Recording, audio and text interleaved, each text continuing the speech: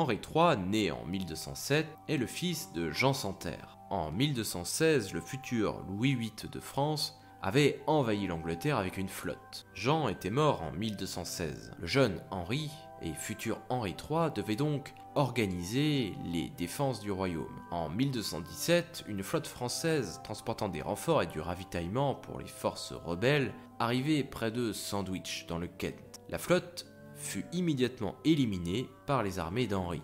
Le futur Louis VIII accepta alors un don de 6666 livres pour se retirer d'Angleterre. C'est la fin de la première guerre des barons.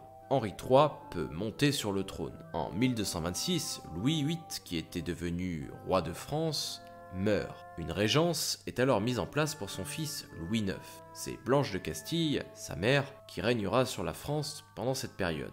De nombreuses révoltes vont alors éclater sur le territoire français. En 1228, un groupe de nobles normands et angevins demande à Henri III de les aider et d'attaquer les territoires français. Le comté de Bretagne se range du côté des Anglais et déclare la guerre à la France. En 1230, le roi d'Angleterre débarque en France et va attaquer le Poitou. Mais finalement, il ne réussit pas à conserver ses conquêtes et doit se retirer en 1234. En 1241, Hugues de Lusignan, un important baron du Poitou, se soulève contre Louis IX. Le roi d'Angleterre va alors le soutenir. Mais le 21 juillet, Louis IX bat les Anglais et les armées d'Hugues de Lusignan et reprend le contrôle du Poitou. Une nouvelle trêve entre l'Angleterre et la France sera signée en 1243. Louis IX, qui deviendra Saint-Louis, est un monarque très respecté et très puissant. Par conséquent, Henri III se soumettra en 1258 et fait allégeance au roi de France. En 1261, il devra faire face à une nouvelle guerre,